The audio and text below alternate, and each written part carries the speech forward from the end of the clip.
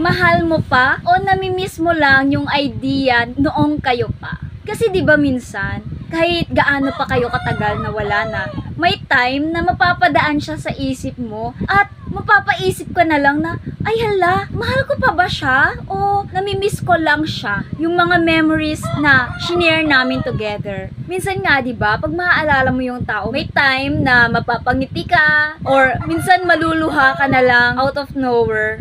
Ibig sabihin ba nun, mahal mo pa siya? O na-miss mo lang talaga siya? Yung feelings nung kayo pa.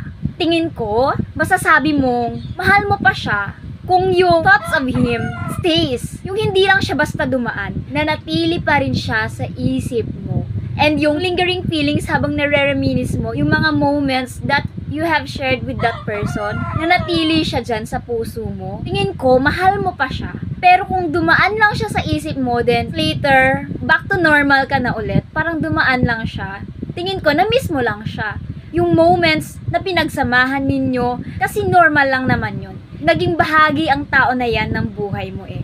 So, hindi siguro talaga mawawala yung part na maaalala mo yung mga pinagsamahan ninyo, lalong-lalo na kung may mga triggers na nag-remind sa'yo ng mga yun.